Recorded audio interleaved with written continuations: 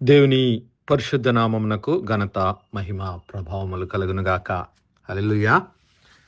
మరొకసారి ఈ అనుదిన బైబిల్ ధ్యానములకు మీ అందరినీ మన రక్షకుడు ప్రభు అయిన యేసు క్రీస్తుల వారి పరిశుద్ధ నామములో ప్రేమతో ఆహ్వానిస్తున్నాను. ప్రియులారా, కల్వరి సిలువలో క్రీస్తు ప్రభుల వారు ఈ లోక రక్షణ నిమిత్తము చేసినటువంటి బలి అర్పణను గురించి ధ్యానిస్తూ ఉన్నాం. క్రీస్తు ప్రభుల వారి సిలువ యందు తప్ప మరి దేని యందును నేను అతిశయించకుందునుగాక అని భక్తుడైనటువంటి పౌలు తెలియజేస్తున్నాడు. అంతేకాదు, ఆయన అంటూ ఉన్నాడు, ఇదిగో కొరింథీయులకు రాసినటువంటి మొదటి పత్రిక 1వ అధ్యాయంలో, అయితే మేము సిలువ వేయబడిన క్రీస్తును ప్రకటించుచున్నాము. 1 కొరింథీ పత్రిక 1వ అధ్యాయము 23, 24 వచనాల్లో మనం చూస్తే, అయితే మేము సిలువ వేయబడిన క్రీస్తును ప్రకటించుచున్నాము.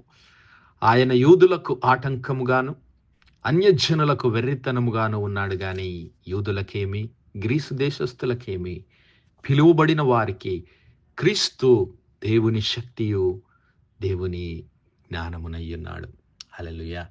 ఆ క్రీస్తు ప్రభుల వారు, ఇదిగో మేము ప్రకటిస్తున్నటువంటి క్రీస్తు ప్రభుల వారు ఎవరు అంటే ఆయన సిలువ వేయబడినటువంటి క్రీస్తు. హల్లెలూయా. ఆ సిలువ వేయబడినటువంటి క్రీస్తు ఎవరు? ఆ సిలువ వేయబడినటువంటి క్రీస్తు ప్రభుల వారితో నీకున్నటువంటి మరి సంబంధం ఏమిటి? ఆ సిలువ వేయబడినటువంటి క్రీస్తు ప్రభుల వారితో నీకున్నటువంటి సహవాసం ఏమిటి? ఆ క్రీస్తు ప్రభుల వారిని గూర్చి నీవేమనుకుంటున్నావు? ఆ సిలువ వేయబడినటువంటి క్రీస్తు ప్రభుల వారిని నీవు ఎరిగి ఉన్నావా? ఈ విషయాలను ఆలోచిద్దాం ప్రియులారా. పరిశుద్ధాత్మ దేవుని నడిపింపు ద్వారా ఈ యొక్క సిలువ వేయబడినటువంటి క్రీస్తు ప్రభుల వారిని గూర్చినటువంటి కొన్ని విషయాలను ధ్యానించుకుందాం. మొట్టమొదటిగా మార్కు సువార్తలో గనక మనము గమనిస్తే, సువార్తలో పరిశుద్ధుడైనటువంటి మార్కు క్రీస్తు ప్రభుల వారిని గూర్చి, ఆ సిలువ వేయబడిన క్రీస్తు ప్రభుల వారిని గూర్చి పలికినటువంటి మాట మనం ఏమిటి అంటే, ఇదిగో మనుష్య కుమారుడు. హల్లెలూయా. ఆయన మనుష్య కుమారుడుగా పిలువబడుతూ ఉన్నాడు. ఎందుకు ఈ మాటలు మనకి ఎక్కడి నుంచి వస్తుంది అంటే, మరి దానియేలు గ్రంథంలో మొట్టమొదటిసారిగా మనము ఆ మాటలను చూడగలుగుతాం. దానియేలు గ్రంథము 7వ అధ్యాయాన్ని మనం ఒకసారి గమనిద్దాం.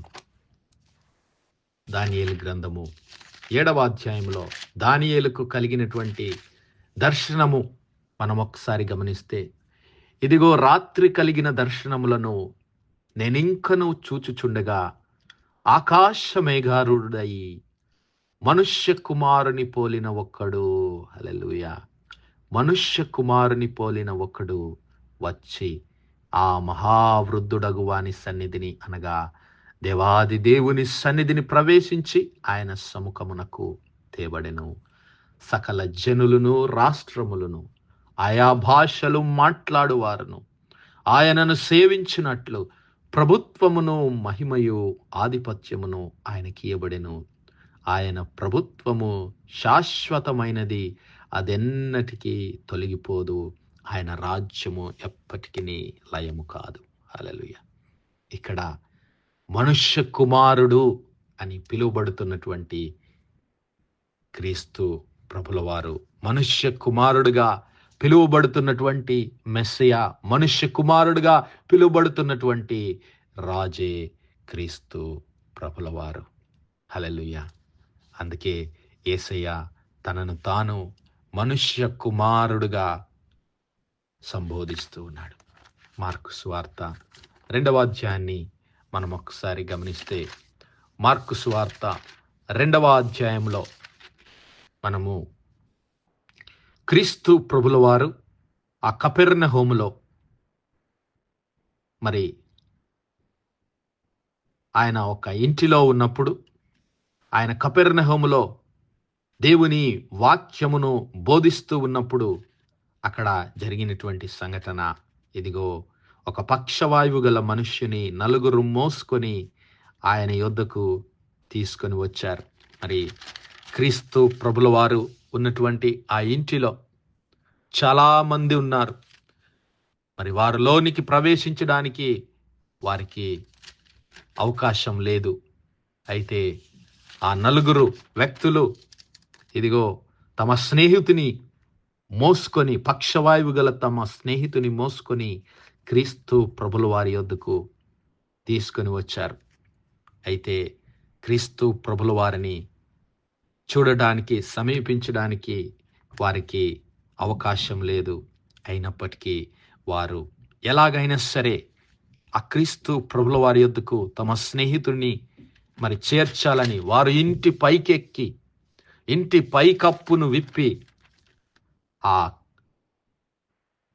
పైకప్పును విప్పి సందు చేసి పక్షవాయువు గల వాణ్ణి ఆ సందులో గుండా పరుపుతో క్రిందికి దింపినప్పుడు ఆ క్రీస్తు ప్రభుల వారు మరి వారి విశ్వాసాన్ని చూసి, కుమారుడా, నీ పాపములు క్షమింపబడినవి అని పక్షవాయువు గల వానితో చెప్పి, మరి ఇదిగో నీవు లేచి నీ పరుపెత్తుకొని ఇంటికి పొమ్మని నీతో చెప్పుచున్నానని ఆ పక్షవాయువు గల వానితో చెప్పినప్పుడు ఆ పక్షవాయువు గలవాడు మరి లేచి పరుపెత్తుకొని వారందరి ఎదుట నడుస్తూ వెళ్ళిపోయాడు.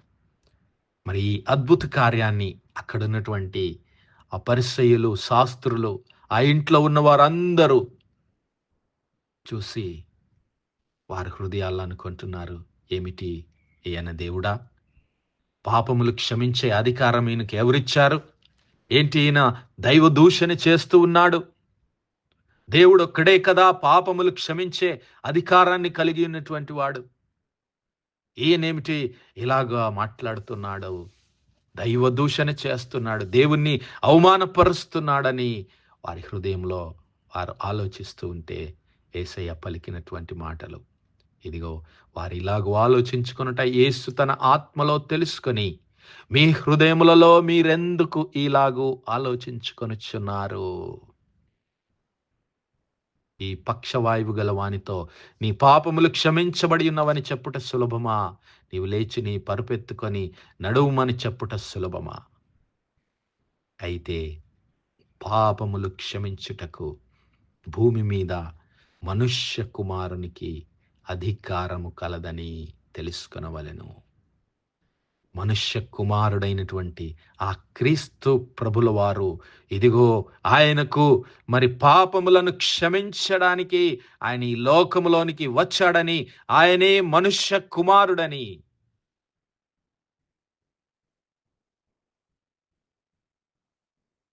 తను తాను రుజువుపరుచుకుంటూ ఉన్నాడు. దానియేలు ప్రవక్త ద్వారా చెప్పబడినటువంటి ఆ మనుష్య కుమారుణ్ణి నేనే అని ఇక్కడ ఆయన చెప్పకనే చెబుతూ ఉన్నాడు. అలాగే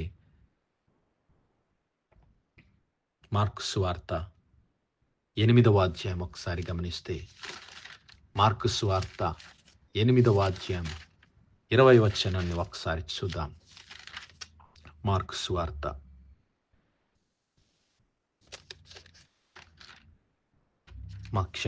మత్తయి సువార్త 8వ అధ్యాయం 20వ వచనం.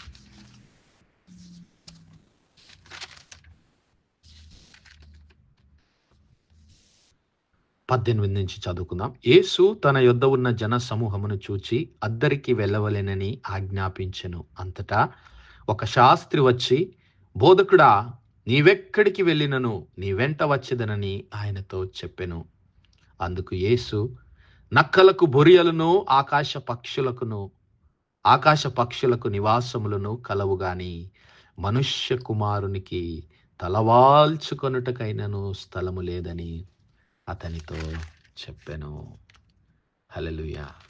మనుష్య కుమారునికి తలవాల్చుకొనుటకైనను స్థలము లేదు. నక్కలకు బొరియలు, ఆకాశ పక్షులకు గూళ్ళున్నాయి. నక్కలకు బొరియలున్నాయి, కానీ ఇదిగో మనుష్య కుమారుడిగా పుట్టినటువంటి ఆయన ఎవరు? దేవుని ప్రియ కుమారుడైనటువంటి క్రీస్తు ప్రభులవారు. సిలువ వేయబడినటువంటి క్రీస్తు ప్రభులవారు, మనుష్య కుమారునిగా పుట్టినటువంటి క్రీస్తు ప్రభులవారు. ఇదిగో మరి మత్తయి సువార్త, మార్కు సువార్త 6వ అధ్యాయము మొదటి నుంచి మనము గమనిస్తే, ఆయన ఆ సమాజ మందిరంలో బోధిస్తూ ఉన్నప్పుడు అనేకులు ఆయన బోధకు ఆశ్చర్యపడిపోతూ, అయ్యా ఈయనకి పాండిత్యం ఎక్కడిది, ఈయనకి జ్ఞానం ఎక్కడిది, ఈయన ఇన్ని అద్భుత కార్యాలు ఎలాగో జరిగిస్తున్నాడు, ఇదిగో ఇతడు మరియమ్మ కుమారుడు కాదా, ఇతడు యాకోబు, యోసే, యూదా, సీమోను అను వారి సహోదరుడు వడ్లవాడు కాడా, ఇతని అక్కా చెల్లెళ్ళు మనతో ఉన్నవారు కారా అని చెప్పుకొనుచు ఆయన విషయమై అభ్యంతరపడిరి. ప్రియులారా, వారు చూసింది నిజమే. ఆయన మరి ఆ తెలియని మరియమ్మ ద్వారా ఈ లోకములోనికి తీసుకొని రాబడ్డాడు. యాకోబు, యోసే, యూదా, సీమోను అను వారి సహోదరుడే, ఆయన వడ్లవాడే. ఈ లోకానుసారంగా నీవు నేను శరీరానుసారంగా ఆలోచిస్తే, కానీ ఇదిగో ఆదియందు వాక్యముండెను, వాక్యము దేవుని యొద్ద ఉండెను, వాక్యము దేవుడై ఉండెను. ఆ వాక్యమే రక్త మాంసములో, హల్లెలూయా, రక్త మాంసములో పాలిభాగస్థుడిగా కావలసి వచ్చింది. ఆ వాక్యమైనటువంటి క్రీస్తు ప్రభుల వారు మన కొరకు కాలము సంపూర్ణమైనప్పుడు, దేవుని ప్రణాళిక సంపూర్ణమైనప్పుడు ఆయన మనుష్య కుమారుడిగా మన మధ్యలోనికి వచ్చాడు. హల్లెలూయా. హెబ్రీ పత్రిక 2వ అధ్యాయాన్ని ఒకసారి గమనిస్తే, ఎందుకు ఆయన మనుష్య కుమారుడు కావలసి వచ్చిందంటే, తన సహోదరులమైనటువంటి మనమందరము రక్త మాంసాల్లో పాలిభాగస్తులము. ఇదిగో మనందరినీ మరి రక్షణలోనికి నడిపించడానికి, ఇదిగో నేనును దేవుడు నాకిచ్చిన పిల్లలు అని మనందరిని గురించి ఆయన మాట్లాడుతూ ఆయన అంటాడు, కాబట్టి ఆ పిల్లలు రక్త మాంసములు కలవారైనందున ఆ ప్రకారమే మరణం యొక్క బలము గలవానిని, అనగా అపవాదిని మరణము ద్వారా నశింపజేయుటకును, జీవితకాలం అంతయు మరణ భయం చేత దాస్యమునకు లోబడిన వారిని విడిపించుటకును ఆయన కూడా రక్త మాంసములో పాలివాడాయను. ఏలయనగా ఆయన ఎంత మాత్రము దేవదూతల స్వభావమును ధరించుకొనక, అబ్రహాము సంతాన స్వభావము అనగా మనుష్య కుమారుని స్వభావము, అబ్రహాము మనుష్యుడిగా ఈ లోకంలో జీవించాడు, ఆయన కూడా అబ్రహాము సంతాన స్వభావమును ధరించుకొని ఉన్నాడు. కావున ప్రజల పాపములకు పరిహారము కలుగజేయుటకై ఆయన మరి కలువరి సిలువ వేయబడిన క్రీస్తుగా తన ప్రాణాన్ని అర్పించాడు, తన రక్షణను పూర్తి చేశాడు. ఇదిగో తన ప్రజల పాపములకు పరిహారము కలుగజేయుటకై దేవుని సంబంధమైన కార్యములలో కనికరమును నమ్మకమును గల ప్రధాన యాజకుడగు నిమిత్తము అన్ని విషయములలో ఆయన తన సహోదరుల వంటి వాడు కావలసి వచ్చాను. హల్లెలూయా. అందుకే ఆయన మనుష్య కుమారుడిగా ఈ లోకంలో జన్మించి సిలువ వేయబడిన క్రీస్తుగా నీ కొరకు నా కొరకు ఆయన తన రక్షణ ప్రణాళికను పూర్తి చేశాడు. ఆ సిలువ వేయబడిన క్రీస్తును మన హృదయంలో చేర్చుకుందాం, రక్షణను పొందుకుని ఆయన మహిమలో పాలిభాగస్థులమవుదాం. అట్టి కృప, అట్టి ధన్యత దేవుడు మనందరి జీవితాల్లో దయచేయనుగాక. ఆమేన్, ఆమేన్, ఆమేన్. ప్రార్థించుగా.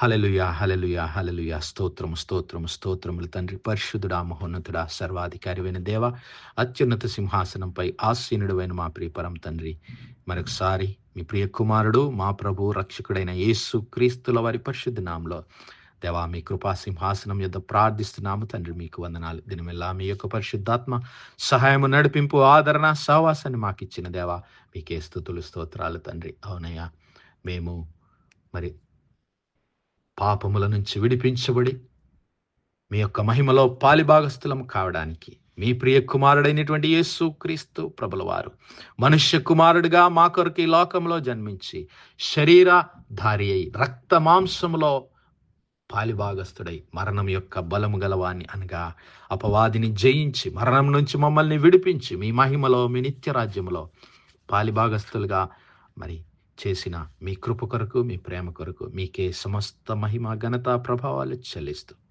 యేసు పరిశుద్ధ నామములో అడిగి వేడుకుంటున్నాము తండ్రి. Amen, amen, amen. God bless you all. Praise the Lord. Shalom.